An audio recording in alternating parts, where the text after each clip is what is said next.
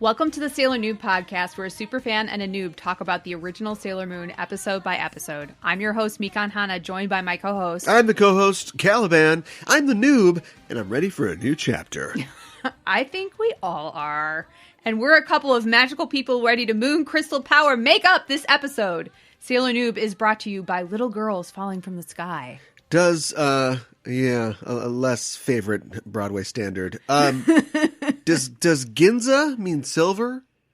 Yes. Okay. Uh-huh. They're saying that a lot. We're talking about the silver crystal a lot, yes. and I'm hearing Gin or Ginza a lot. Yes. So like Ginzu knives? That's just a white guy that was like, oh, it sounds good. I'll make a knife. I have no idea. Okay. Entirely possible. I mean, are Ginzu knives silver? Well, all knives are silver. I suppose. Unless they're made of ceramics. Yeah, that's true. Huh. So actually in Japan, I can't remember the actual name of it now, so this is super helpful, but there is a temple of the golden, there's a golden pavilion temple, and there's a silver pavilion temple, and sometimes it's called the pavilion of the golden temple. Anyways, they're actually structures that are gold or silver. I don't know if they're actually made out of gold or silver, but that's how they look in appearance. I've seen the golden one. I don't think I've seen the silver one. That's what it reminded me of. Do you know China Garden? I know the one downtown. Right. So today we are talking about episode number 60. Tenshi? Akuma? Sora kara kita nazo no shoujo in Japanese. Angel or devil? The mysterious girl from the sky, the English translation, and the English title, Serena times 2. Tenchi means angel. Yeah. And Akuma means demon or devil. Yes, you got it. That's video game level Japanese vocab. Right. And Sojo means girl, and Sora means sky. And Sora. Come on, Sora. You got it. Yeah. Yeah. It's all video games. It's all video games. This is how we get our knowledge. This is a window into Japan and Japanese culture, if you will. Although if you went to Japan, you're like, I'm ready to go. And you're like, oh, where are the girls and the boys? Where are they? Maybe that wouldn't go so well. No, probably not. Maybe you get yelled at by an old man on a train. Probably. Tells you that he likes quiet. Like he likes quiet. Looking at you, Tom Green. It's crazy. I know, right? It's crazy. I never thought we'd be free. I mean, that Ail and An would ever leave. Oh, wow. Like a lobster you tried to stick in your mouth and then you threw under the couch. Got house guests and seafoods, but smell bad after 3 days or whatever. I don't know. Wow. Not a fan of Ail and An, huh? I thought I was okay with them, but I'm trying to be like the cool kids. And I got the impression that Ail and An are not looked upon as being a very successful part of the franchise. I think that is a correct assessment. I was, I was fine with them, but I've got only one thing to compare them to, which is the Dark Kingdom, and strong. Right. For the most part. We talked about how the individual parts are less than the whole somehow. Sometimes. The idea of the Dark Kingdom, I think, works pretty well, even though the individual members of the Dark Kingdom don't always shine. But I thought it was fine. Yeah. But and once we start talking about what we're going to talk about today, and presumably talk about and go on to talk about in the future, I'll talk about one of the reasons that I think Ail and An didn't work as well, and one of the reasons that I'm excited to be getting into what we're getting into today. Okay, yeah. I think that all sounds awesome. I'm excited to talk about it. I'm pumped. Excited to talk about the show. So do you, without further ado... What? I don't know. We're going to pump you up. I saw... Believe it or not, because I'm the Swiss Army man of just random chatter, but I do have something to go with that. Wow. I saw just out of the corner of my eye, I saw a headline or something on the internet about how old, they didn't say old probably, but old SNL duo returns to blah, blah, something about the Super Bowl was an ad or something. Okay. And I don't know what it was. It turns out it was Wayne's World, but immediately I thought, was it Hans and Franz? Because it's like kind of sports, right? They'd be like, "Oh, you're Tom Brady. Oh, you're so girly, man. You know, you gotta pump you up." Yeah, right. But it was Wayne's World. Oh, okay. And then I just imagined Mike Myers and Dana Carvey. Yeah. They're just, the big wigs, the Wayne and Garth wigs, and then they're just long, melted faces. And it was like, oh, but Paul McCartney's been doing that for years. Whoa, snap! Cal is handing out the burns! This is almost as bitchy as our villains for this season. Yeah, right, of exactly. Sailor Noob. I'm going to try to keep the level up. Oh my Snap gosh. 100%. Wow. All right. He's a treasure. He is. I was talking to Mike, and he must have done Wayne's World at some point, right? Like they must have an MTV award show or something like that. I don't know. And Wayne was like this, and Golf was like this, and I was doing this, right? Yeah, I can imagine it all. That's Dana Carvey's bet. Yeah. Yeah, he does Paul McCartney. All right. Without further ado, it's been a ton. Yeah. By the Moonlight Night, no less. Would you like to give us a breakdown of this episode? He says adieu before he leaves. Oh, that's not okay. Look, you can't look. That's solid, but you can't just throw that away.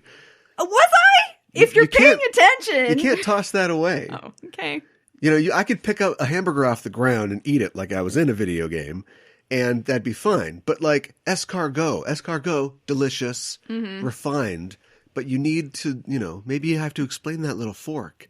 And like ado, like ADO. Yeah. Nonsense word that wasn't invented by Shakespeare, but I think he put it to a lot of good use. Much ado about nothing. Yeah. Yeah. And then adieu, the French word for, I don't know the connection. I've never considered the connection between those two words.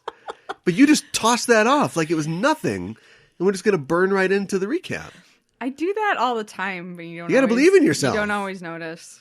If you don't believe in yourself, how am I going to criticize all the things that you say? See, I don't think I'm funny. So I say things, and I think I'm the funniest when I say I'm not funny, because whenever I say I'm not funny, you laugh. So Amiko's there, just sitting over there saying nothing. All right. Let's get this. Let's do this. Let's rock. Yeah, well, in the episode, we open in Tokyo. Imagine that. Wow. But we aren't just seeing Tokyo. We're seeing it from a specific vantage point way up in the sky through like an arched window or door. And someone else is looking at it. We're sort of looking at someone's back. It's a tall figure with short red hair and parachute pants. And a jacket jauntily slung over their shoulder. We kind of pan around this room or wherever we are, and we see other figures also looking out of windows, and they're all eccentrically dressed women with different hair colors and styles. The red-haired dude turns around. We see that he has dark crystal earrings and a black crescent moon on his forehead, but it's pointed down. Yeah. Unlike the moons on Luna and Sailor Moon's heads. Yes. A black-haired woman. And we see all the women have the same crescent moon on their heads, too. Yes. This woman asks him if they're in Tokyo Juban, and she calls him Master Rubeus. And he says, yes. And he's surprised that the town isn't developed yet. We'll take a picture. We'll develop it later. The woman says they should that's a Groucho joke. That's a lot dirtier when he does it. The woman says that they should find the silver crystal and destroy it. So, presumably they're the bad guys. Yeah. He tells her not to be impatient. He calls her koan. A blonde woman who looks kind of like stripper Elsa says they can find the rabbit and kill her, and Rubeus seems down with that. As we pull out, we see that they're all inside a giant craft of some kind floating over Tokyo, and it's made of crystals. It looks like Superman's pod when he was a baby. Yes. From the movie Superman. The original movie Superman. And the ship disappears. And title card. At a park, Usagi and Mamoru are on a date together. Yeah. And that's all I'm going to say about that for now. But we're going to be spending the entire second half of the show talking about that, I think. But for now, I'll say, we don't know if it's the park that Mr. Kunitachi was the caretaker of. Although, good point. You'll remember, that was the park that Mamoru took Rei on their first date. So, Mamoru has a finite number of moves here. It happens. I didn't even think about You find something that works and you stick with it. Wow. That's what you do. Wow. They're in a rowboat, and it's a nice romantic environment. Usagi says, "We'll be together forever now, won't we, Mamo?" And he says, "Yes, we will, Usako." Mm-hmm. Okay. This is pretty mature for a college guy, by the way. I mean, he doesn't jump out of the boat and swim away or be like, "Yeah, I like you a lot." He's really into this junior high student. So. Oh, well, okay. Well, it's different. It's different over there, I guess. Like, he's got to be like 20, right? No, like so in the anime, I think he's supposed to be in college, but in the manga, he's in high school.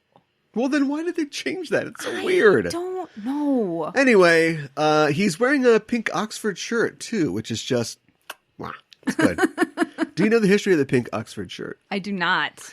It is, quick history, Brooks Brothers has made a pink shirt since like the turn of the last century, like 1900. Really? But it went pretty much unregarded until women discovered it in the late 40s, like in the post-war era. Okay. Suddenly women wanted to wear pink Oxford shirts. And so Brooks Brothers did a big push, not just for the women, but also for men as well. And this is where you see pink Oxford shirts, you know, with charcoal gray or with khaki in this case, as Mamoru has in the episode. Yeah. And that's when it became like a kind of push for it. And it's sort of waned and waxed in popularity, but it's always sort of been around since then. But it's all thanks to girls. Interesting. So when did it kind of go back over to men? They really pushed it in like the 50s. Oh. They had a big campaign for Brooks Brothers, you know, for the original pink Oxford shirt. I guess I hadn't realized that Brooks Brothers has been around for that long. Oh, yeah. Long time. Okay. So anyway, he's stylish. He's confident in his masculinity. Yes. He can row a boat. The quintessential catch for a 14-year-old girl. They row to the dock, and he helps her out of the boat, and she stumbles into an embrace with him, and they kiss, and it's everything you ever wanted from Sailor Moon. Mm-hmm. And then she ruined everything. From out of the sky, a ball falls on Mamoru's head and rolls away. It's purple, and it has Luna's face on it. There's an explosion of pink light, and out of the sky falls a young girl in a sailor fuku with pink hair. Yep. She lands directly on Usagi's head, pushing her down, and she replaces Usagi's mouth in the kiss that she was sharing with Mamoru. Yep. Everybody falls to the ground. Usagi gets up to see the girl clinging to Mamoru, and she's like, "Lego my Mamo-chan!"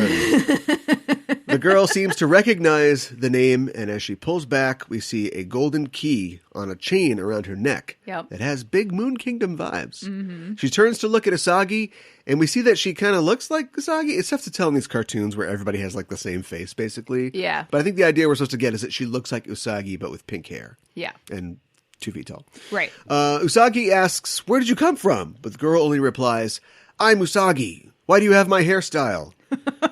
Usagi gets mad at this. Uh-huh. This hairstyle is Usagi Tsukino's trademark. The girl says, "So you're Usagi Tsukino. If that's true, give me the silver crystal."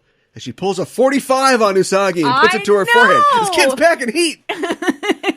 Mamoru says, "Okay, that's just a toy. You've had your fun." But the girl says, "Move a muscle and this chick gets a moon crystal power exit wound. Give me the silver crystal." Usagi tries to play dumb, but the girl says, "It's no use playing dumb. I know you have it." Usagi insists on playing dumb, but the girl says, "So you're going to insist on playing dumb?" In that case, blam! We get that shot. like in The Godfather, where we cut to far away and we hear a gunshot and birds fly up. Yes! We cut back to the dock and Usagi falls backwards, but she's got a sucker dart in the middle of her forehead instead of a gaping gunshot wound. With a flower on it. Mamoru's like, "It's just a toy, just like I thought." Sure you did. I know! I didn't see you throwing yourself in front of a dart. I was pissed about that too. Yeah. Way to not act, Mamoru. I like you a lot. Yeah. Mamoru turns to see the girl has vanished. At the Tsukino household, Usagi is getting home. She's wondering who the girl was that ruined her date. She goes into her room and immediately runs back out, runs downstairs and yells, "Shingo!" We cut back to her room and we see it's been messed up. Or maybe turned over. Usagi blames him, Shingo, but he doesn't know anything about it. It seems like he's actually dumb in this instance instead of playing it. But Usagi sees behind him a flash of the Luna ball. Then she sees the pink hair and red eyes of the mysterious girl. Yep. Usagi asks why she's here. We flash back to Usagi and Mamoru just after the girl disappeared. And Mamoru says, she came from the sky and she knew about the silver crystal. Step 3, question mark. Step 4, profit? Didn't really figure anything out. No. Usagi's mom shows back up in the present and says, your cousin will be staying with us starting today. But Usagi says, this girl isn't human. We don't have any cousins. And Shingo says, stupid Usagi is being stupid. This is like sulky teen Shingo. I like this. He feels like he's a little more mature. Yeah. But mom gets out the family photo album, and sure enough, the girl is in all the pictures. Shingo's like, she was here for New Year, stupid. Don't be stupid. Usagi is freaking out, and the girl's like, you're so funny, tee-hee. And Usagi looks to Luna, and Luna is like, shrug. Really? I thought she looked like she was like doing like a little head, like, come on, let's talk over here sort of thing. Oh, is that what that was? I thought that's like how a little, I read it. Like, something is up because we gotta go talk over here. I can't talk in front of these people. Okay, subtle. Yeah. Subtle. Not as subtle as yelling through a door, though. No. Later that night, Usagi is soaking in the tub, but she's not relaxing. She's wondering who the heck this girl is. And outside of the door, Luna is saying, I was gone for a little while, and this happens. Couple things. First of all, go in the bathroom. Yeah, really. My cat came in the bathroom all the time. I know. And if a cat has to yell through a door, it's bad for secret identity. I agree. Would you two keep it down? Also, gone. Where did she go? Cat vacation? I don't freaking know. So anyway. I don't know. She went somewhere. Yeah. She gets time off. I guess. Usagi thinks the pictures are fakes, and Luna says the girl has a weird energy, which I would agree with, and she has clearly altered the family's memories. Luna says, I think we should just watch and wait for now, but Usagi thinks they should act. And now, a scene from a horror film directed by Adam McKay. Some bubbles come up from the tub. Yep. And Usagi bends down to smell them, which is like... Did she think that she farted? That's the Anchorman move. I don't understand. But when she does, the Luna ball and the girl come up from the bathwater like Freddy Krueger. I know. The girl says, hand over the silver crystal. I want my $2. General chaos ensues, but Luna is satisfied that it doesn't seem like she wants to kill Usagi. Usagi goes to bed and starts dreaming of Mamoru. And in this dream, she leans in to kiss him. When she opens her eyes, $2! Usagi starts screaming, get out of my room. The whole family shows up, but the girl is like, please don't be mean to me, big sis. I know. And her father scolds Usagi for treating her mean. Yeah, be nice to her, stupid Usagi. Got her again, Shingo. What a zinger. Don't be stupid. In some other time and place, a world of rainbow lights, we again see the Black Moon people and their mirrors or windows. And stripper Elsa says, I looked all over Tokyo, Master Rubeus, but I could not find the rabbit. Out of the floor, just as you do, a hooded and cloaked figure appears. And Koan says, Sorcerer Wise Man. Why not call him Smarty Magicman or something?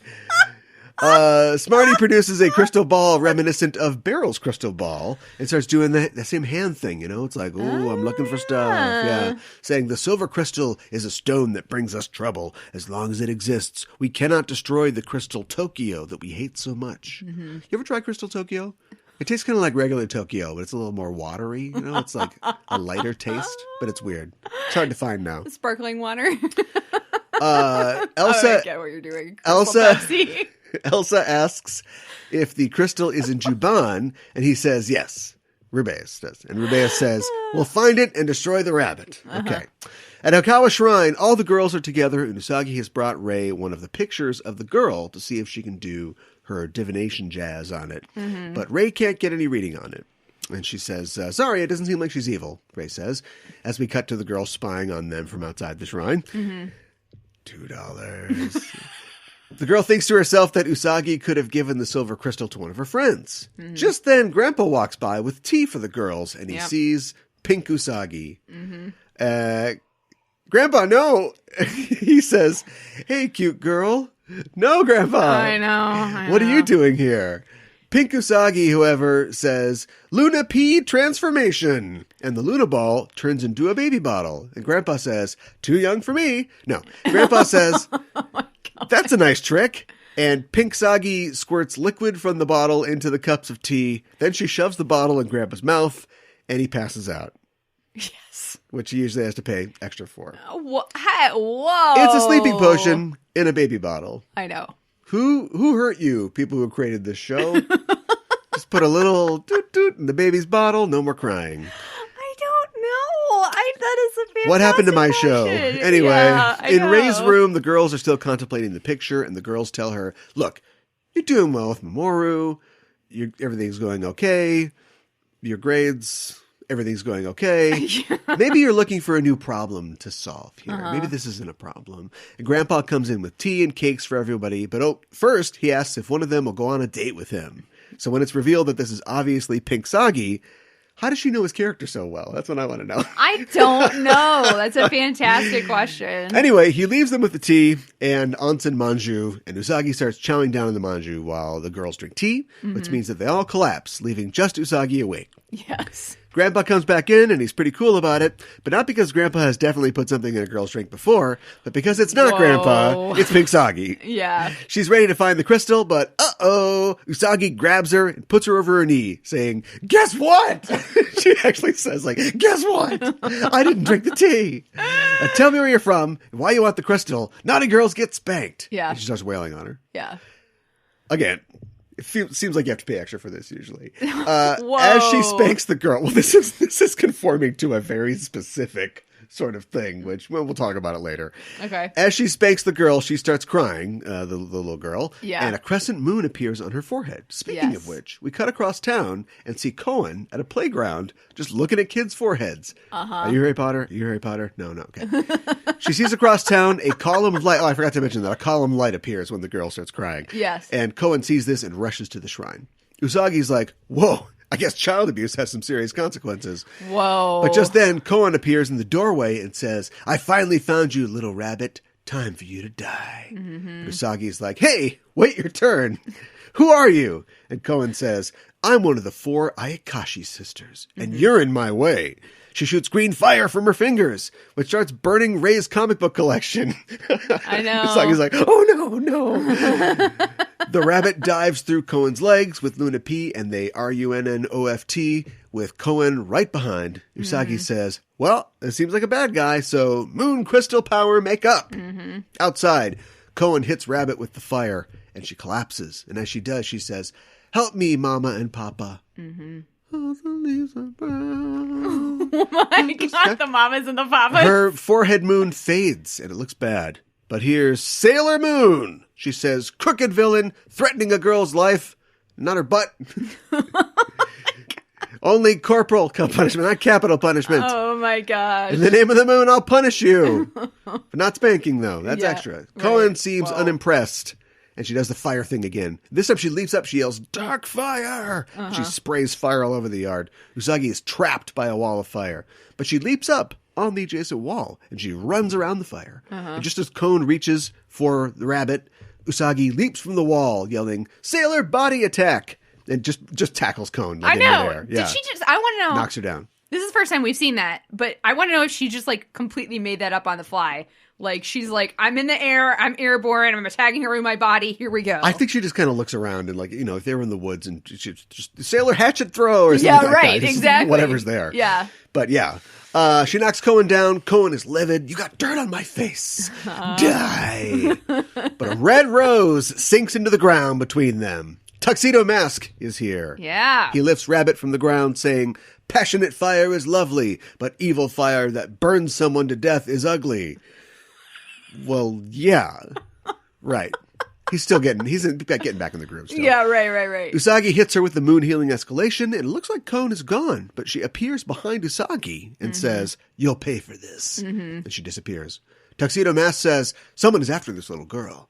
And as he holds her, he has a vision of a crystal city and a crystal peak at its center. Yeah. He snaps out of it. He's like, "Brr." He wonders what he saw. The little girl seems content in his arms and says, "Just like Dad." Uh-huh.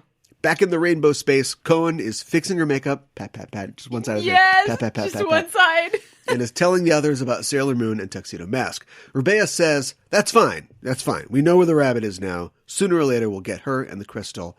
And Koan thinks, "I'll get you, Sailor Moon, for smudging my face." Pat, pat, pat, pat, pat, pat. Back at the Sakino household, Usagi tucks little Usagi in and thinks, "If you'd only told us right away, I could have helped you." She turns out the light. They're both sprawled out, sleeping next to Luna and Luna P as we pan up to the night sky and we see Usagi and little Usagi in repose, literally. Yes. Yes. Yay! Yay! What? Reaction. What is any of this? Reaction. The thing is just like, there's just a lot, like we've talked about this, we've touched on this.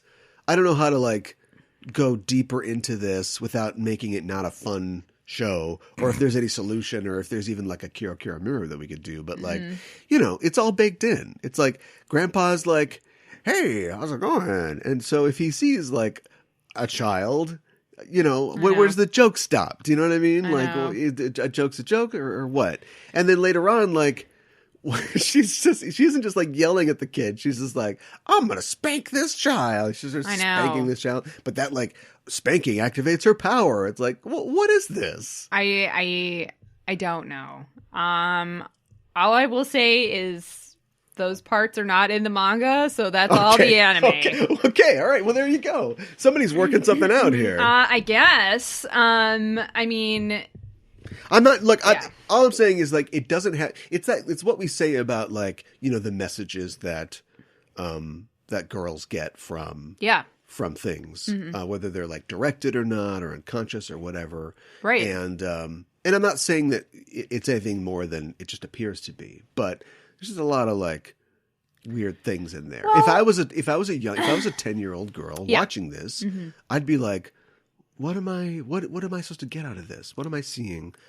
I don't have any context. I don't understand what's happening. Well, and I think that the lecherous old man is a trope character in anime, and we just accept it. And even Rei is like upset and disgusted by her grandpa in this episode. I left it out of the recap, but she has a whole speech where she's like, "Oh, he's so inappropriate. He's so inappropriate. You're the one that picks on little girls and like I'm the one who's embarrassed. Him, like, I'm embarrassed." Yeah. So yeah. A comedy show.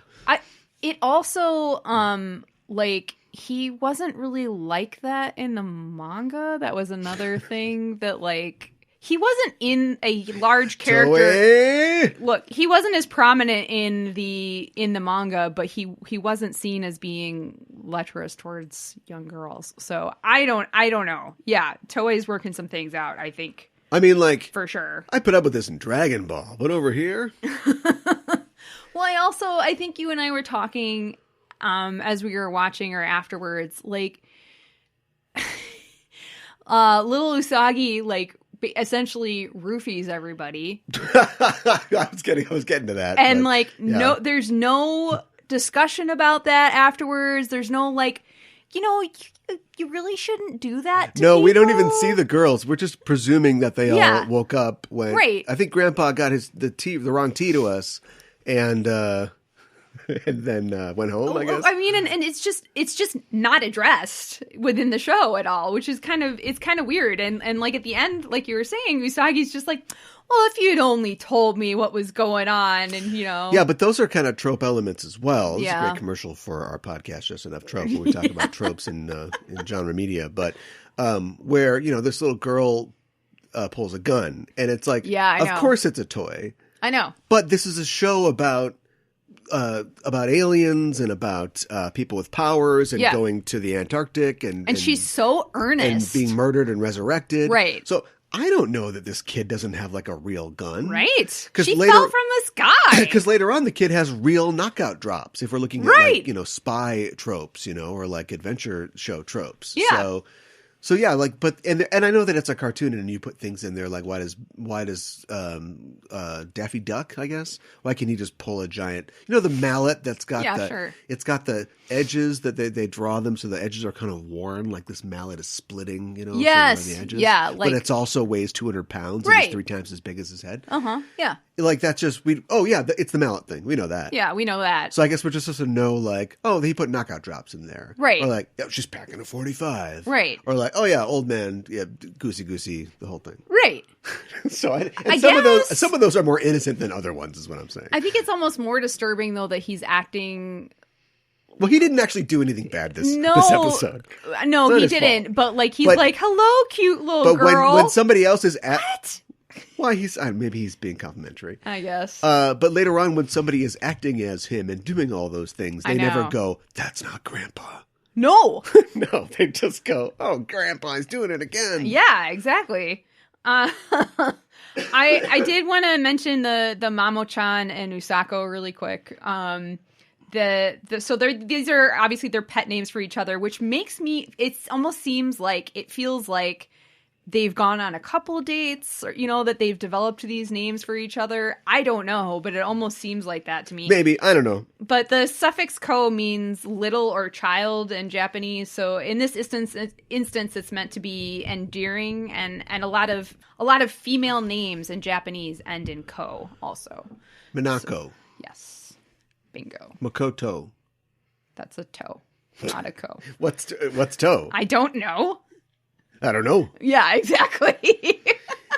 I found out what the shoot was. I found out that too. Oh yeah, okay. Well, you do it then. Oh, okay. So, shoot is shimatta.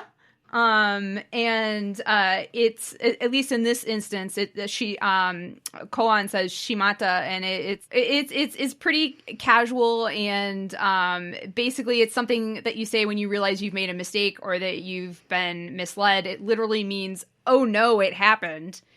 And it is frequently translated as shoot, oops, crap, or damn it. And it's basically the level of severity depends on how it is said, and it's typically is not considered a swear word. Just kind of, it's kind of on the same level as like baka. Oh, this is a heckin' mistake. Yeah, right, exactly. So, I learned that I actually already knew that. Okay. I just forgot. I learned that reading the book of You Only Live Twice, the Ian Fleming novel. Really? Where they make James Bond into a fake Japanese guy. Oh, right. And he goes undercover in Japan. I know. Yeah. Look, I enjoy the film. I think that maybe it went a little too far at that point, but... Okay, so, yeah. I mean, look, don't confuse... Well, let's just say that, like, ignorance... is a low T version of racism. Do you know what I mean? Oh my God. They're not saying that Japanese culture isn't cool. If you watch the film, no, You Only Live Twice, that's a travel log for Japan. Oh, it absolutely I'm sure Hobbit Travel is. Or whoever was just book solid, from the rest of the 60s after that.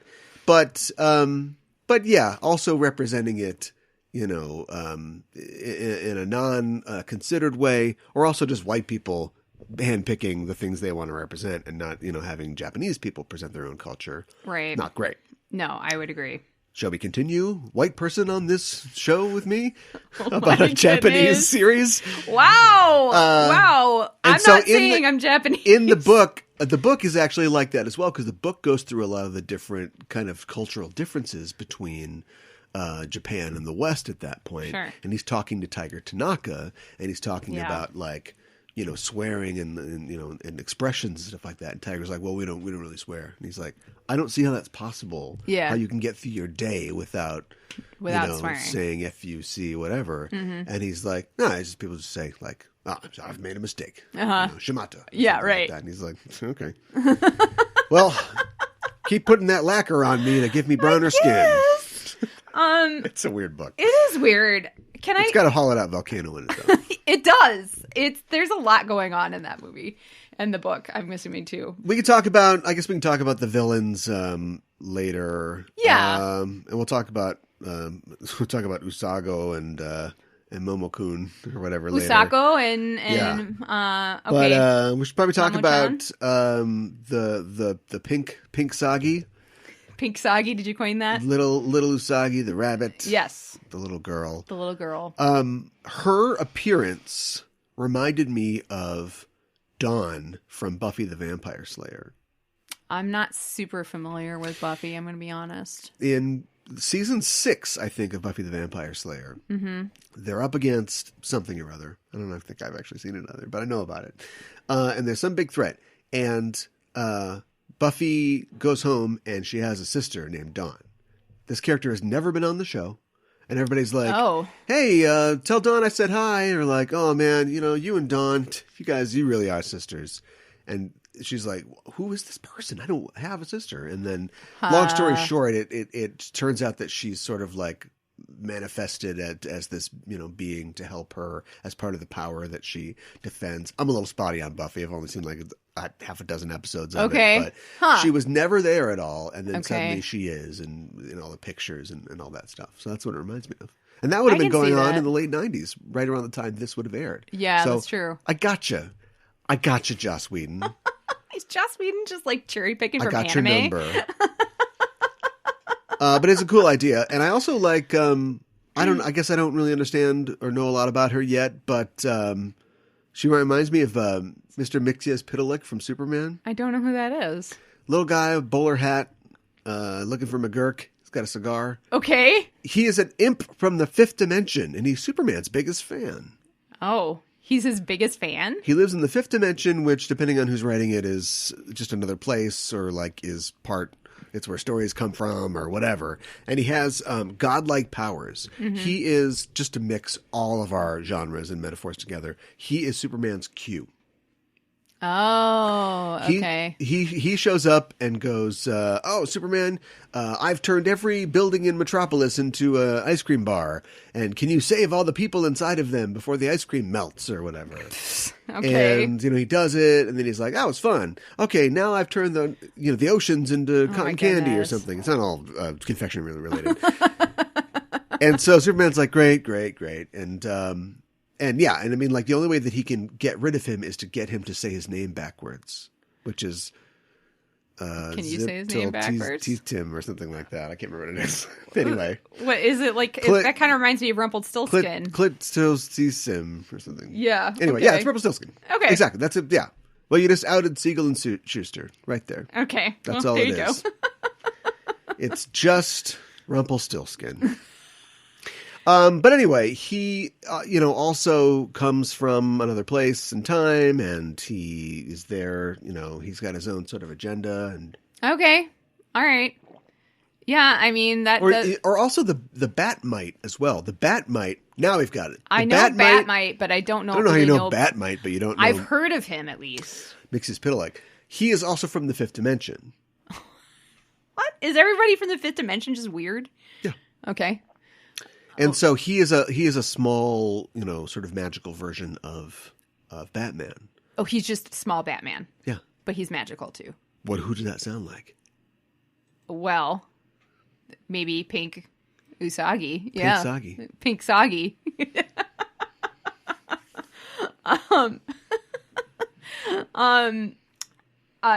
Do you have anything else you want to add about her? Any questions you have? I know it's time travel. Yeah. I know it is. Well, it's the 90s. It's anime. She's from the future. They did this in Dragon Ball with Trunks. He comes back from the future. You're in grave danger. Allow me to interfere in the past in order to let the future continue. Mm-hmm. So we don't have to go. We don't have to go any farther into it than that if we want to keep, me from being spoiled or ruining pretending like I don't know what it is. Uh-huh. I already know what it is. Okay. So we don't have to talk about it. Okay. Much more if we don't want to. But I think it's I'm looking forward to it. I like stories like that. So okay. Awesome. So hopefully that's what it is. Or I'll look like an idiot. We'll see. Yeah.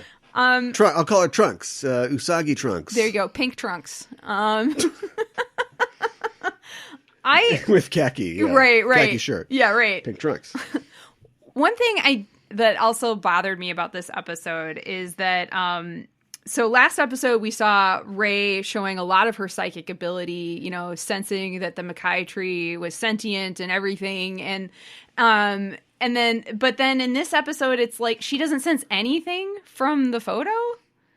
Like, I know we have to keep the mystery alive, but something is amiss. Like, this doesn't seem like it's a real photo. I don't know. Maybe her powers only work on alien trees.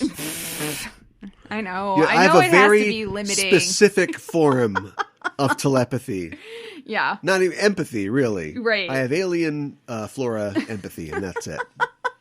So if you're extremely specific, if your Pluto cactus is sick, I can cheer it up. Yeah, there you go. But that's all I got.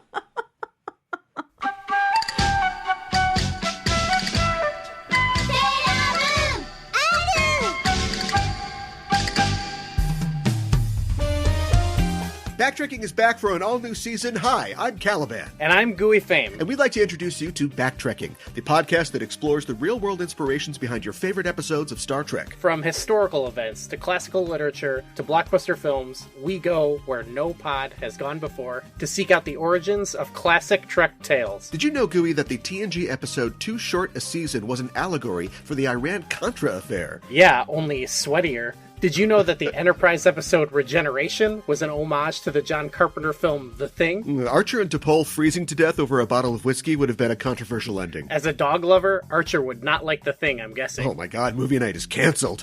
Join us every other Thursday for a journey back to the beginnings of the Trek universe. Backtracking is available wherever you get your podcasts. No, Porthos!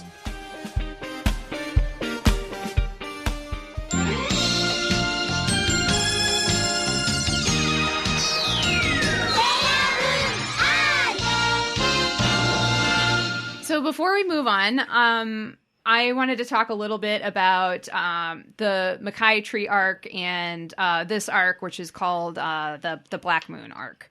So Sailor Moon was only originally planned to be one season, but it was so popular, Toei wanted to do more.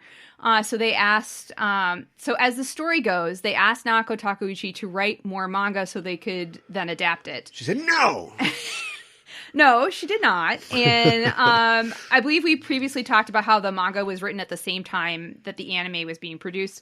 So the manga was only a little bit ahead of where the anime was. So supposedly, to give Naoko more time to develop and create more manga, the Makaya Tree Arc was done with the anime. I love how it's like, oh, you need to write more story? Okay, we'll do this story to give you time to write story. I know. It's like, well, I hope your story is as good as the story you're waiting for. I know, right? What? I don't know. The Makaya Tree Arc. Yeah, right. So the Makaya Tree Arc is not in the manga at all, and some fans think of the entire arc as filler because of this. However, unlike some fandoms, there is not a source that states this is canon and this is not for Sailor Moon. And in my opinion, it is canon. Sailor Moon gets the crystal star, her new brooch with the silver crystal, and the cutie moon rod during the Makaya Tree Arc. And a boyfriend. And yes. And it is also unclear how closely Naoko worked with the anime team to develop the Makaya Tree Arc. I do not know if she was consulted for character concept design or not. Did she help? I'm guessing no. Yeah. I'm guessing Dragon Ball Z was... I don't know. You think? That explains a lot, you know, just like the design of them and how it seems sort of anime-ish, but it definitely isn't Takeuchi-ish. Right. And I don't know if she, you know, did she develop Ail and An at all, like their characters? Probably not. Or even the Moonlight Knight? Was she involved with that? I don't know. No, you explained how, I mean, I'm sure that she could have the same motivations, but you explained how important of a character that is to Japanese film, culture, television, genre entertainment. And so, yeah, why would she do that? Yeah, I know. So anyways, now we are at the Black Moon arc, which is the next arc of the manga after 13 episodes of R with the Makaya Tree. That's where we are. For Kuro Miru, or Curiously Looking Around, where we talk about elements of Japanese culture within the episode. Today we are going to talk about Japanese fashion. Naoko Takeuchi took inspiration for... In general? Just all of it? No, I'm going to explain. Oh. So Nako took inspiration for a lot of her characters' fashion from haute couture. For example... That means high fashion. Yes, exact. Thank you. And well, I mean, you're just spitting out foreign language terms here. People don't know what they mean necessarily. Oh, I thought most people knew what haute couture meant, but anyways. It means, like, fashion at the highest echelons of fashion from designers. Yeah, from designers. Paris, Tokyo, yes. Fashion Week. Exactly. That sort of thing. Yeah, absolutely. People don't know that. Okay. I shop at Old Navy. Why would... Guess I watch I don't know that. All right. I guess if you watch Bravo, you know what it is. Yeah, right. Make it work. For example, Princess Serenity's white dress is inspired by a dress from Christian Dior's Spring-Summer 1992 season known as the Palladium Dress, and it is in turn designed to look like a Grecian pillar. Oh, the Grecian... That's what I was thinking of. Palladium is an element. Really? A chemical element. Huh. Interesting. I wonder. And of course, the root of it is Pallas, which is okay. It's a name, a nickname or a title of Athena. Oh, okay. Pallas Athena. Yeah, I've heard that before. Okay, that all tracks. So that all makes sense, and it makes sense to have that as her princess dress too, because it is kind of elevated. I think Athena, though, I thought she's a sweet, pretty princess. She is. She's not like. War. Or yeah, she's literally Selene though, right? Yeah. Right. Yeah. So yeah, for the Black Moon arc, Nako again drew inspiration heavily from couture for a lot of the villains' looks specifically. Koan's outfit, for example, with the pink bodysuit and the black lines on it, the black tutu and heels with spiked edge collars, and the large jewel on her forehead and a hairstyle that looks like cat ears was inspired by French designer Thierry Mugler's extremely similar look from his debut couture collection from fall-winter 1992. So it looks almost exactly like that, like down to the hairstyle, except his design, the tutu cascaded in the back. So it went down a little bit further. But I will post a side-by-side comparison of both of these looks that I mentioned on our Instagram account so you can see for yourself.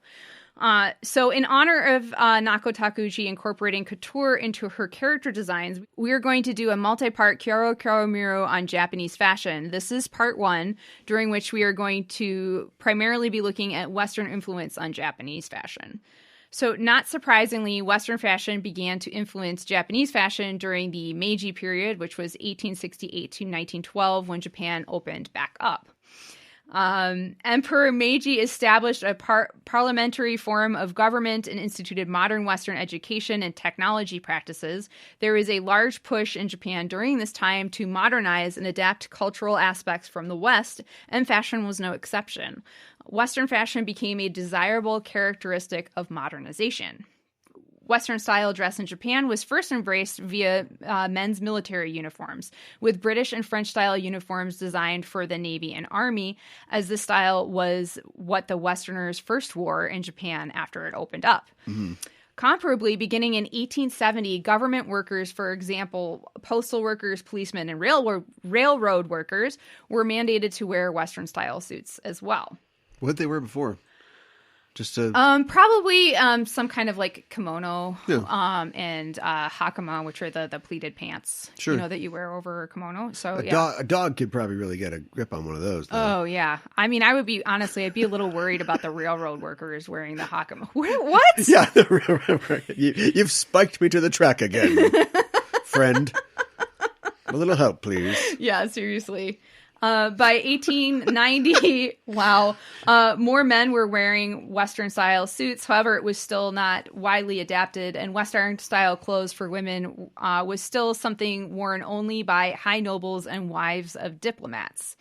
kimonos continued to be the main style of dress in the early Meiji period, and men and women paired Japanese kimonos with Western-style accessories. For example, for formal events, men often wore Western-style hats, often bowler hats specifically, with haori, which is the traditional hip-length or thigh-length kimono-style jacket that we talked about in episode 40. And hakama, which is, again, the outer article of clothing worn over the kimono. That is either, I didn't realize this, it's either divided like pants, which is orumanori, also known as horse riding hakama, or not divided like a skirt. Like, I thought they were all divided. And this is the not divided hakama is called andon bakama, and they're known as lantern hakama. And as we talked about previously on the show, Shinto priest Kanushi, like Rei's grandpa, and shrine maidens Miko, like Rei, both wear hakama. So the pleated pants or skirts, the pleated outer garment that they wear, that's hakama. Right. And by the start of the 20th century, Western clothes had become a symbol of modernity and social dignity. However, the kimono was still thought of as fashionable, with two styles of dress, in essence, growing parallel with each other over time. With Western dress being thought of as streetwear and a more dressy display of fashionable attire, most Japanese people wore comfortable kimono at home as loungewear. So you started to see people wearing Western-style dress out on the street, and if they were going to the jobs, doing shopping, that sort of thing, and then wearing kimonos at home. During the Taisho period, which was 1912 to 1926, working women such as nurses, typists, and bus conductors began wearing Western-style clothes in everyday life. Modern girls, or madangaru, known colloquially as moga, were Japanese women who followed Western fashions and lifestyles in the time period after World War I.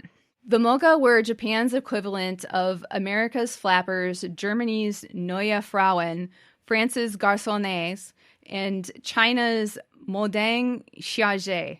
Moga, or modern girls, like the scandalous American flappers, cut their hair short, wore lipstick, and smoked cigarettes.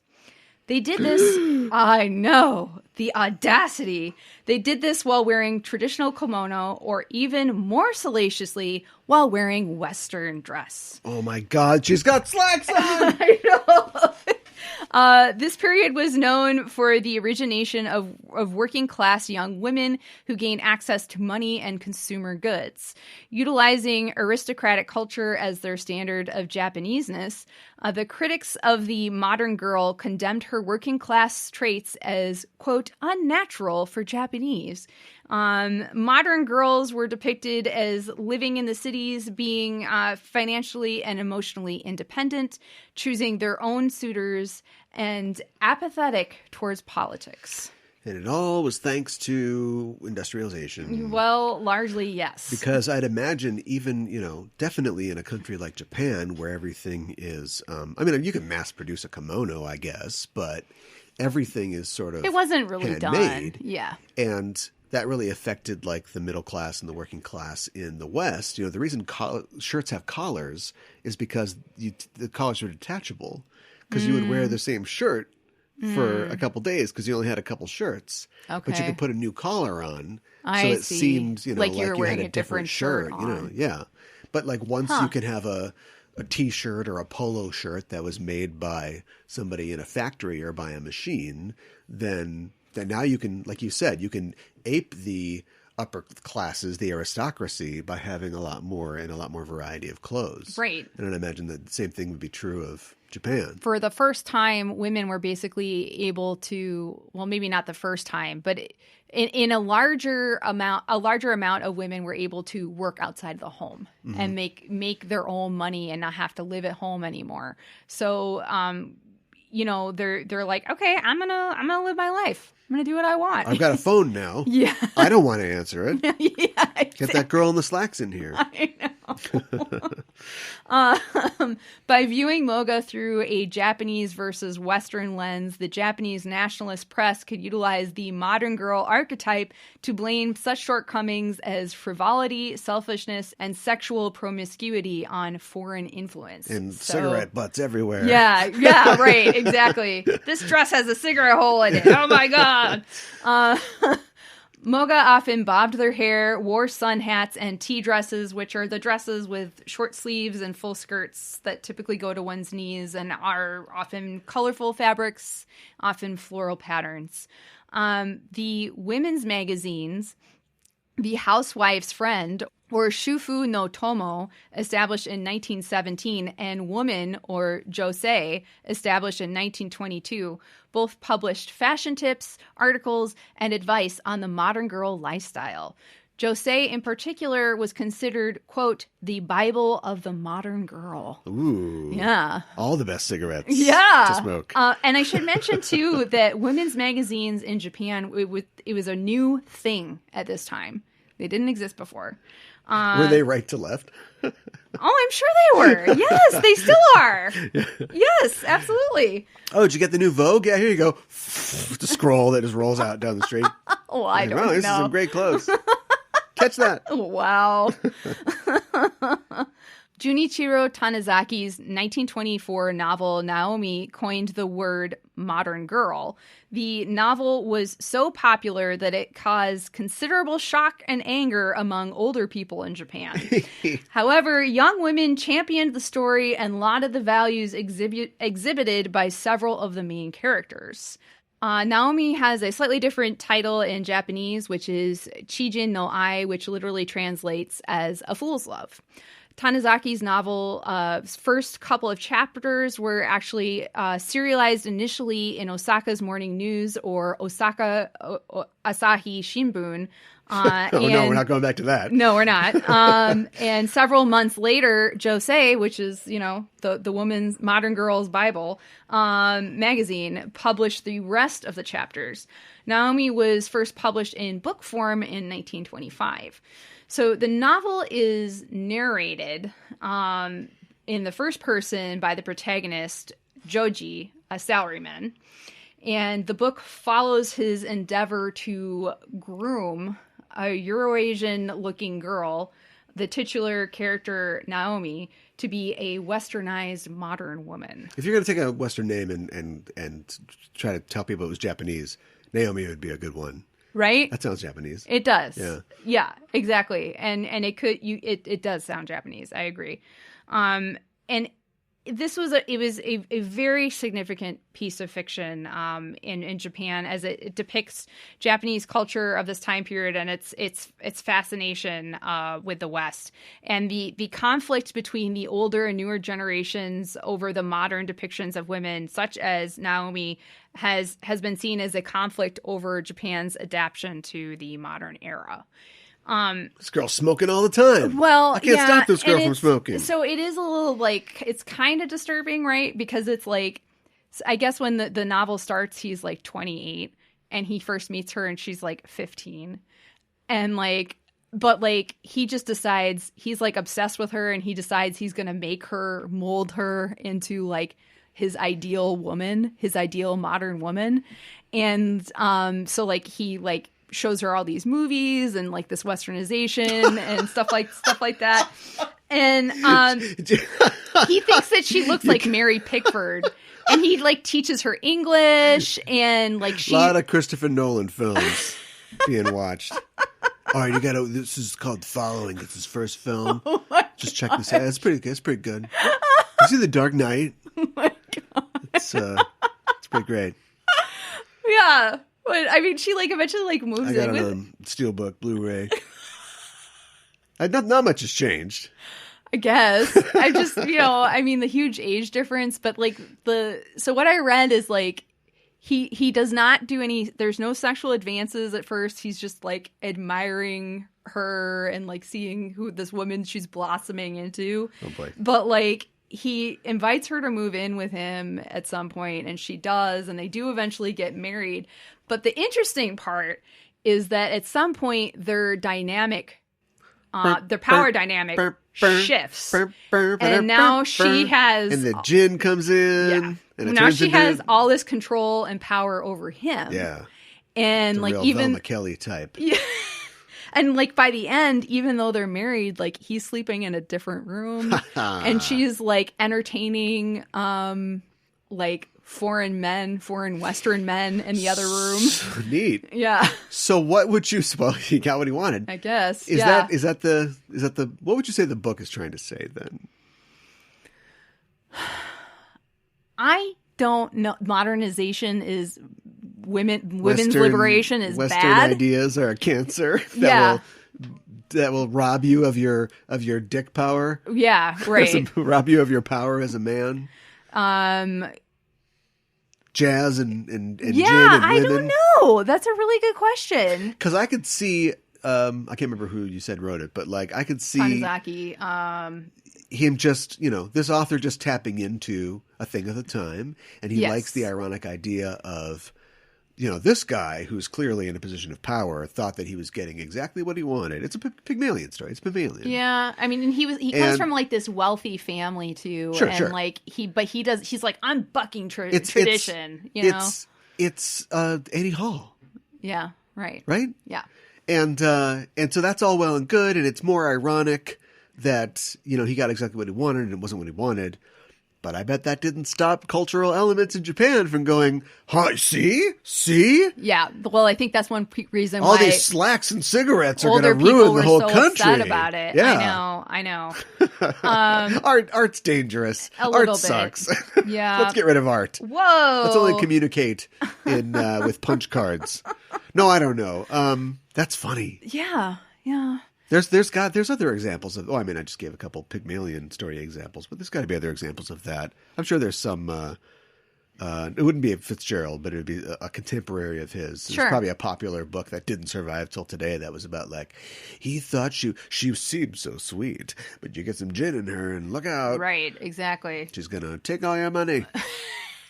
Well, and yeah, apparently Moga listened to a lot of jazz too. That was mentioned. So, but they were such a prominent, influential piece of Japanese culture at the time that they were frequently the subject depicted in a lot of ukiyo-e woodblock prints as well as paintings. So you can see Moga depictions, and sometimes they're in kimono, sometimes they're in modern dress. They got the short hair, they got the red lipstick. I want to say an ink brush depiction of a phonograph, right?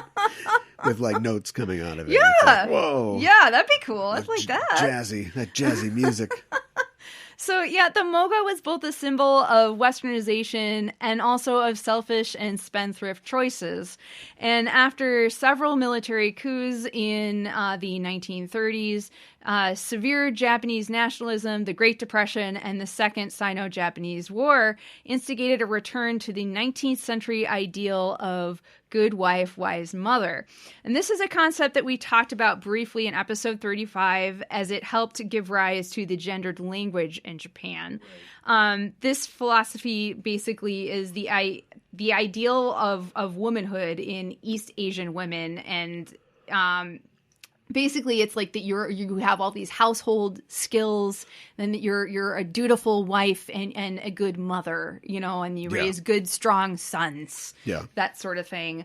And when Western countries were making advances in women's social rights, such as suffrage, Japan was just starting to face women's movements. Japan tried to set up the woman's position and manage new social movements through regulated education and restraining political and social rights. Mm-hmm. The phrase good wife, wise mother currently has meanings that clash with each other. While some people utilize it to refer to a woman having good motherly and wife characteristics, many others utilize it to condemn prejudice against women.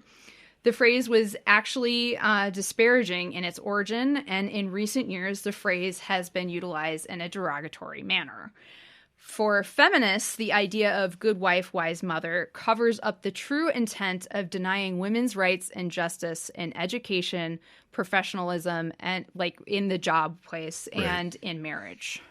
So, see, now if they just kept these chicks drunk all the time, if they hadn't stopped it the first time, they'd be all right. They'd Yeah, get exactly right. what they wanted to. Right, exactly. What I want to know is, can you get a race car print kimono? When did those first come out? Wow. The 80s. I don't know.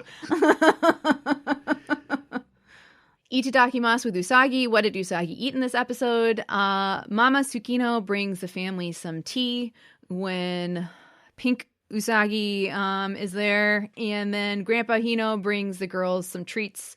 And before he, at which Pink Usagi eventually ends up bringing to them. Yeah. Which, of course, is ocha or green tea. And then the treat is manju, which we had previously talked about in episode 40 as well. So there, it's the treat that it's like a cake, and it usually has the anko or bean paste inside, and the onsen or hot spring manju were made with water from the hot springs. Right. So villain gauge, we rate a baddie 1 to 5 dark stars. 5 being the most wicked. So most of the time we rate a baddie, but this week there's no baddie to rate because they're all still around. Yeah. So I thought we could talk a little bit more about what we know about our new bad guys. Yeah. Okay. Nothing. I don't know anything. Do you want to talk about your impressions? I first? do.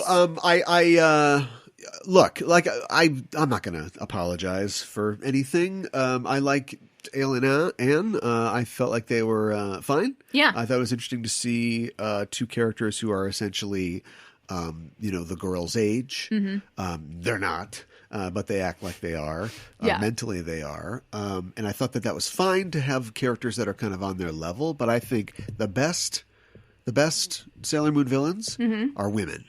Oh, okay. Why do you say that? Because our girls are girls who are becoming women or will be women one day. Mm-hmm. But these are women, and it's not like we talked about with the society who's hating on these momus or whatever, and telling them what to do. The moga. Moga. Yeah. I was not a mogi, which is your friends in Japan. Yes. The family. They're their last name. Yeah. Are we doxing them by Oh, saying that? gosh, I don't know. Anyway. The MoMA, of course, the museum in New York. Yeah, right. I like the idea that they are women. They are beautiful, capable, Yes.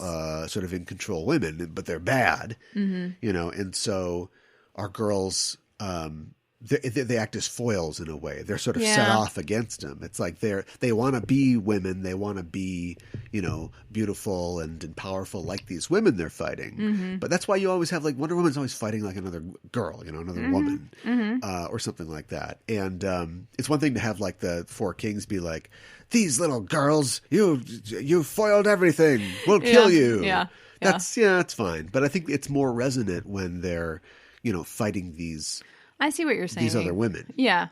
So I'm excited to see that to unfold. Mm-hmm. And they're hot.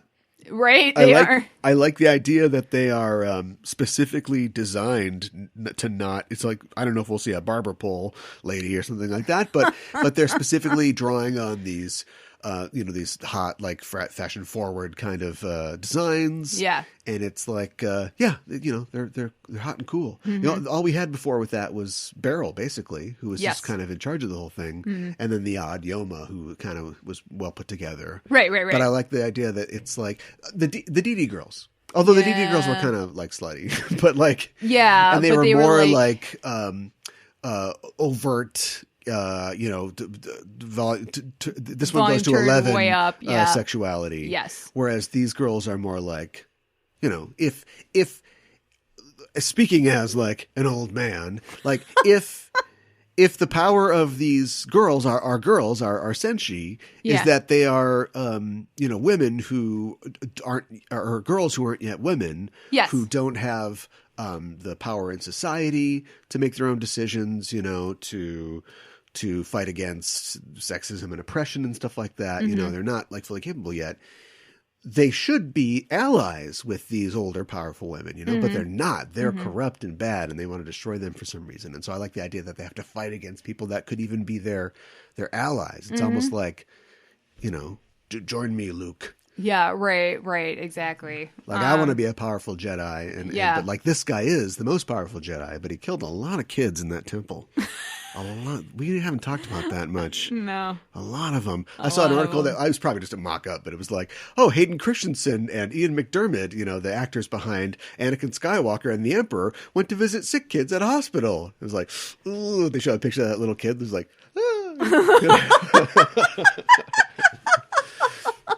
get out of there! Yeah, right? Exactly. So I'm really looking forward to this, and it might not be that. It might just been them yelling more and more complicated curses at the girls week after week. But we'll see. We'll see. So I wanted to talk a little bit about the bad guys' names that we know so far. I mean, obviously, Wise Man, I'm not really going to talk about that because... Smarty Magicman? Yeah, right. I think we've pretty much covered it. Dr. Smarty Magicman, thank you. I didn't go to 4 years of Dr. McSmartyman school. Doctor coming through the floor school yeah. But so this arc marks the return to the bad guys' names referencing minerals. Rubeus or Rubeus means red or reddish. Sounds like ruby. Yeah, but it is also a reference to rubies. Yeah. So that's what's going on there. We all know what a ruby is, right? It's a semi-precious. Semi-precious stone that's very popular in high fashion jewelry. It's actually my birthstone. So, but I don't have any rubies. Oh no! I know, but I do like his fiery red hair. I think that's pretty awesome. And you talked a little bit about his clothes. He looks very He's got 90s. a kind of military punk chic kind of thing going on. I think it's very 90s to have a vest as a shirt. Sleeveless tank. Yeah. Yeah. And the parachute pants. Yep. Yeah. And we don't get a good look at his jacket, but I bet it's got a lot of zippers and stuff. And, yeah. I could see him having a chain wallet. Well, that's a little later. Is that too far? Yeah. Is that later? Okay. Yeah. All right. So, koan is a reference to the mineral kermesite, which is known as... What color is kermesite? Well, I'll get to it in a minute. It's not easy being green. I see what you're doing. It's not green. Oh. But the mineral is known as koan-ko in Japanese, so that's where koan comes from. Oh, okay. The mineral's hue varies from cherry red to dark red to black. Ooh. Yeah, so kermesite is named... Timocil. Yeah, Nice. I know, right? It sounds kind of like a drug name. Why. The doctors had me on kermesite. We're pulling it back though. It's not working. It's very pink though. So it's named after a formerly utilized red dye, kermes, Kermes, and was named this because of the gritty reddish color that the mineral often has. Huh. So it's kind of like a grainy reddish hue. And this name was coined in 1832. And earlier in English 17th and 18th centuries, specific antimony compounds were also named kermes mineral for the same reason. Sure. Kermesite or red antimony has been utilized as early as ancient Egypt, circa 2345 to 2181 BCE in lip makeup. Oh. Yeah. So I hope it's not toxic. Yeah, well, Whoa. yeah. We'll get to it. Besides sitbanite, which was utilized for red eyeliner, kermesite is one of the oldest minerals utilized in makeup. And also because it's literally makeup. Oh my God. Yeah, I know. Because of its red color, the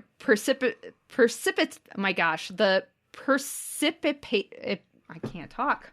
Precipitate? Yes. Because of its red color, the precipitate of kermesite was utilized as a coloring factor in alchemy. Oh. Yeah. What? What? Why do you color things in alchemy? I don't know. All you're trying to do is just turn one thing to something else. Maybe you need to give it a color so you see what you're turning it into. I don't know. These are rubies. Hold on, I need more kermesite. I know.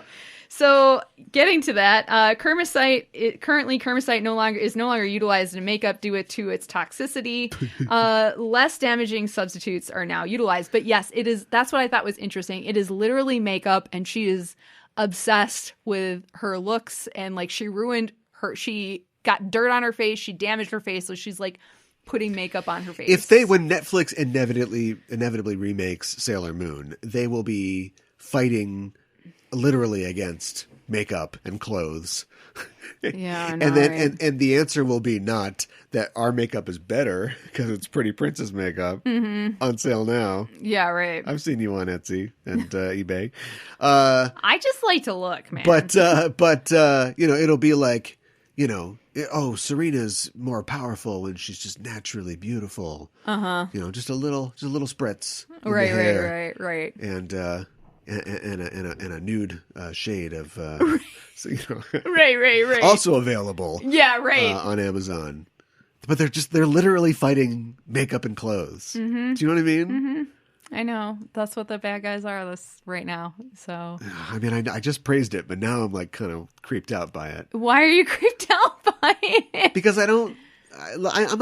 it's not like the show's never said that they have to be, beautiful to be noble or win or whatever, but they do scream that they're going to put their makeup on, and then they transform into like, beautiful, decked out versions of themselves. I guess I never You feel no conflict about that. No, I don't really think when they say make up, I think that's like them like saying transform. I don't think of it as But they could just say henshin, they could say transform. They're saying make up, and then my little compact with a star on it opens up. Yeah, and they have little lipstick that goes on. And that like Toei or Bandai, whoever did the licensing, sold a crap ton of products related to it. So well, they still are. Oh no, I know, but I'm just saying the show interestingly doesn't have a message as far as that goes. Do you know what I mean? Mm-hmm. Like week after week, we see that. Usagi is encouraged to make the right decisions, and she's rewarded when she chooses her friends over other things, right? And so on and so forth. And nobody ever says like, "Oh, Serena, I am the princess. I'm a Queen Serenity. You did a good job. Mm-hmm. You put your eyeshadow on the right way, so you don't look like a messy bitch, and so therefore you can win." Like it's never made explicit, but. Your brain saw it. It's still there. You know what I mean? I do know what you mean. And I part of it's just the trappings of, which women like makeup and clothes, and then that's fine. But how early do we get these girls to make them like that? Do you know? Yeah. Now. We're getting them now. Yeah. How old they are when they're watching Sailor Moon. I know. I mean, I don't know. I guess I don't love it. I don't think that the show is like subconsciously telling you need to wear makeup to be gorgeous and powerful, but there's no way I can beat this situation without makeup. It's literally there. I mean, I see your point. I guess I just don't want to. I quit this show. Wow. I don't want to see it that way. Okay. So I'm choosing not to. Right. Thanks for being honest. I don't know. Like, we've that's been in the background. Like I said, whether they intended it or not, it's there. It doesn't have to be a big deal. But now, this year, this season, or this part of this series, they're literally fighting clothes and makeup. Clothes and makeup personification. People. Yes. Yeah, I know. More to come. We'll return to this. Yeah, I'm sure we will. Doesn't that have another meaning? Well, koan is I don't know that this was necessarily intended by it, but it could be. Is Zen koan is it's basically like a saying or a quote in Zen Buddhism. It's supposed to blow your mind, yes. man. You're supposed to like think and meditate about it. Like the sound of one hand clapping is a koan, for example. Right. It's probably like the most basic. Or the sound of a slow hand clapping. Yeah, right. I saw like I don't know. They're sometimes like, okay, so I think maybe there's like some Zen Buddhism like magazine somewhere that they're like we're gonna have some funny cartoons and like yeah, you know what I mean?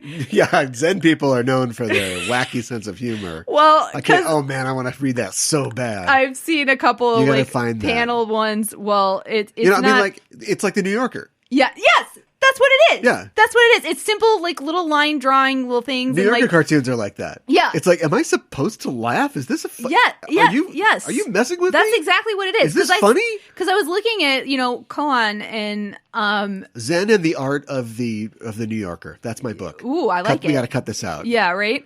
But it's like a guy meditating and he's thinking, you see him thinking, and then he gets up and he walks over to some other guy who's cross-legged who you assume is his master, and he's like, I give up. What's the sound of one hand clapping? And it's like Jeff Goldblum. Yeah, I forgot my mantra. I know. So it's like, wow. Okay. Oh. So I don't know. Maybe her fashion is something that you need to like contemplate and meditate It also on. sounds like something that you would like. And this is haiku. Yeah, like a name right. that you would give somebody, like a Zoolander villain. This is the Zoolander season, bitch.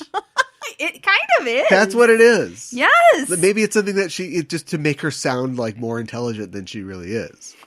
I mean, we haven't seen that she's really dumb yet, but no, but she gets mad about somebody like getting. This dirt is my on her dream face. because this is like I haven't really been into fashion in a while, but I used to be into fashion like a lot, and a lot of it was like in the 90s and early 2000s. Mm-hmm. So I'm just trying to figure out like which one is like which one is Linda. Which one is Naomi? I'm gonna put a supermodel persona to each one of these girls before the day is out, but I don't know them that well. Okay. Blonde, I would think that's our Vendela, right? Gosh, I don't know 90s supermodel names besides Naomi. Well, anyway. So I'm just saying, like, I love the fact that it's like this guy and then his like team of like dumb supermodels, and it's like sending him out there. It's just it's Zoolander. It kind of is. Because that's what Zoolander was making fun of. Yeah. Yeah. Right. Exactly. Because Zoolander was based on MTV Music Awards sketches they might have been in the early 2000s. Yeah, but, right. About the fashion industry at that time. Yeah, right. Huh. Yeah, it kind of is like an animated Zoolander, pre-Zoolander. It's not that great. She's only got one attack. One attack? I don't think so.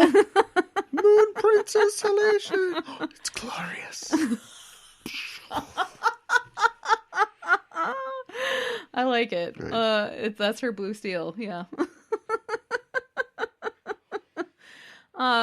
For Sabu or Dabu, where we talk about the most interesting differences between the sub or the dub, the Ayakashi sisters in the dub were called the Spectre Sisters. Koan was called Katsy. I'm going to call her that now forever. I mean... Forget. No, she's Katsy now. Because of the hair. It looks like cat ears. That's literally, I'm on my way out the door. We're going to the Hamptons for the weekend. What do you need from me? Boss. Yeah. Katsy. All right. Yeah. Fax that over. Yeah, and Rubeus was Rubeus. So it's just a different pronunciation. Oh, was I saying it wrong before? Rubeus? You were saying it the Japanese way. Oh, okay. So that's totally cool. Naturally. Yeah, exactly. Okay. In the dub, the scene where little Usagi pulls a gun on Usagi was cut. What'd they do instead? Well, so instead, they rewound the events of the scene after that we saw her like falling from the sky, right, and everything. So it's like maybe had like Serena and Darian like talk over it, like trying to figure out like, or like, what did we just see? I don't, somehow it was framed like what? Yeah, like But how did it resolve? She just turned around and went, "Give me the silver crystal." And then we just assumed that she ran off, and then we went, and that's how that little girl came. But that was strange. Like, what? Yeah, right. That's what happens, and that's the exclamation point of the scene. I know. I don't understand. I'm gonna have to dig this up and watch the Deke version. Yeah, I did not. The site that I often watch the you the lost your source. I did. I couldn't look at it and give you more information on that. So I don't know exactly how it worked out. Okay.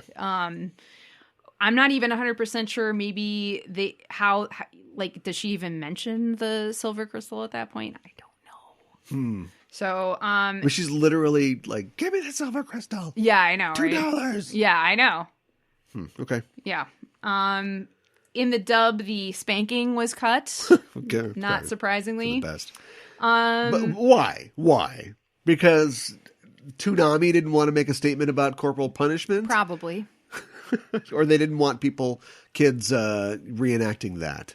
Probably both. I mean, this came out in the U.S. several years after Japan, and, by the time the 90s rolled around, spanking was kind of frowned upon largely. It's weird, and we promised we were going to talk about it, but knowing what I think I know about their relationship, having her spank her is, that's sort of like a commentary. So I mean, I get it, but you're doing that thing where you just say nothing and you look wistful, so I know I'm not wrong. But I am not saying a dang thing. No, now you say you're not saying a thing. But I'm just saying it's... I need a better poker face audience. I'm just saying that, like, I don't know why... Now, yeah, obviously, spanking is looked down upon a lot more than it was back then. But I don't know why they would cut that out. It's just something that... let's not remind the kids that they could possibly get spanked if they say a bad word or don't do their homework later. If they... This is cartoon time. If they roofie people with a bottle. Yeah, kids, yeah. I'm so disappointed in you. I'm not mad. I'm just disappointed. Yeah, I know. Now help me get this body in the trunk. All right, so now we're up to where we rate the episode, and I love that Mamoru and Usagi finally get to have an actual date, and I think it's really sweet, and I like the introduction of little Usagi as well. She makes a very strong, albeit kind of irritating and in your face first impression, and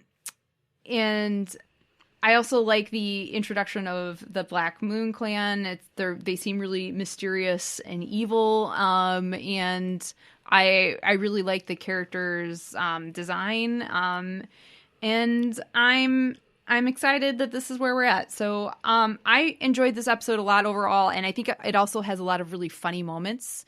So I'm going to give this one 4 out of 5 roses. So thoughts. Yeah. And feels. Yeah. I'm not so sure about this. About what? About Usagi and Mamoru being together. Oh. It feels weird. Does it? It's been so long, you know? And I know that, like, you've got a show that runs for 5 seasons. What are you going to do? You're going to have them be apart the whole time? Like, getting them together and then having them break up, and get back together. It's the Rachel and Ross thing. Mm-hmm. You've got to exploit every part of it. Mm-hmm. But it feels odd. Does it? It does. Really? Well, not to mention the fact that they've been through so much and had their memories wiped a couple different times. And so... And not necessarily be, as we talked about, I think on the last episode, being drawn subtly closer over the course of the Ail and An arc, but not really having any moments where it was like, ooh, that's it. Maybe at the beginning of it, it was like, you've got to remember me. I drew you some pictures in crayon. Yes. Look. I showed you my crayon pictures. Why won't you respond? Why won't you love me? But then it's just so abruptly, oh, yeah, I remember everything, and you do too, and are they a superhero couple now? Like, when they met up as Sailor Moon and Tuxedo Mask in the episode, I expected some kind of like, oh, see you at home, honey, or something like that. Like, what is their relationship to each other now? I mean, the show they're dating. Right. No, obviously they're dating. I mean, she's like, saying we'll never be apart now. Yeah, and he's not freaked out by it. Well, I mean, he doesn't... Well, he doesn't exactly. He does say yes, but then she's like, "This is the most happiest I've ever been." He's like, "You're exaggerating." I saw how happy you are when you ate those 6 cheeseburgers. Oh my goodness. Does this match up to that? Wow. I don't know how I feel. I'm a consumer of drama and fiction, and I know that it would be easy to pull the plug right after the boat scene, and they're together forever, and we did it. But I know more is coming. Mm-hmm. They're teasing me. Yeah. They're playing with my heart. Yeah. You have a very athletic heart. You're used to this. Me? Yes.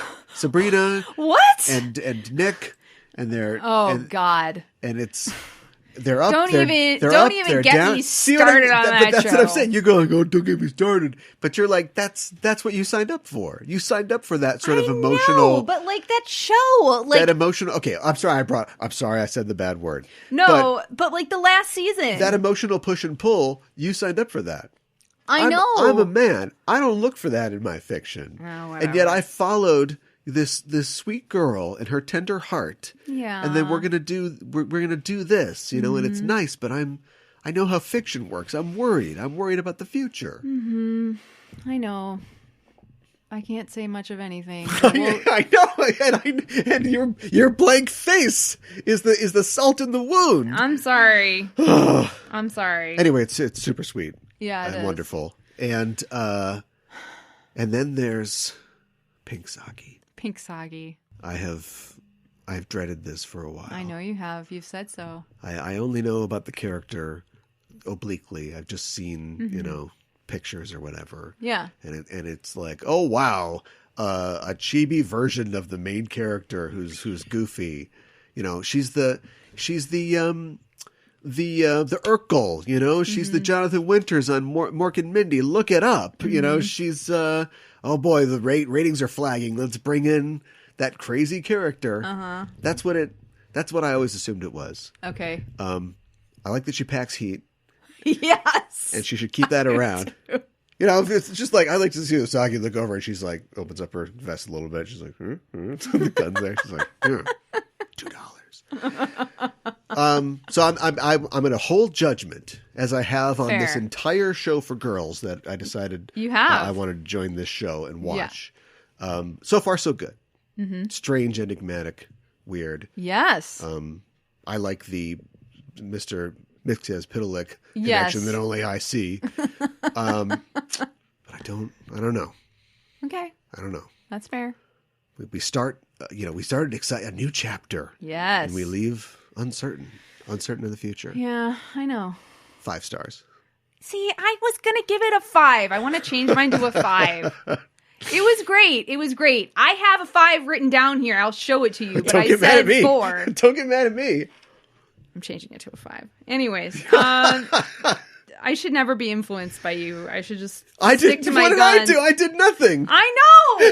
But sometimes I want to go after you. Anyways, my English title is Peace Interrupted, Fallen Stranger. If a stranger falls in the forest and no one's around to hear it, does anybody help him up? I don't know. Does a stranger make a noise? Do they make a sound? Do they go oof? Yeah, probably. Yeah, I mean, they definitely make a sound. That koan has been answered. Oh. I'm just wondering if anybody helps the stranger out. Yeah, probably not if there's nobody there. I was not a bad place, but I was in an interesting place when I came up with mine, and it remains to be seen if I can maintain my light anti-Chibiusa stance for another 30 or so episodes. But my dig title is Pink is the New Whack. Oh, well, we'll see. Poor Chibiusa. We'll see. Hey, inside the vest, gun. Yeah, she's gonna come out of the TV. She's coming for you, Cal. $2. For next episode, we are talking about episode number 61, Usagi Daishoku, Mamoru no Zeko Sengen in Japanese. Usagi devastated. Mamoru declares a breakup, the English translation, and the English title, The Cosmetic Caper. That didn't take long. I know. You broke my heart right in half. You just watched me go, oh, well, I hope so. Well, I knew we were going to get to it. It was staring at me right in front of my face. The whole time above my head, 16 tons. We'll talk about it. I have similar feelings as you do.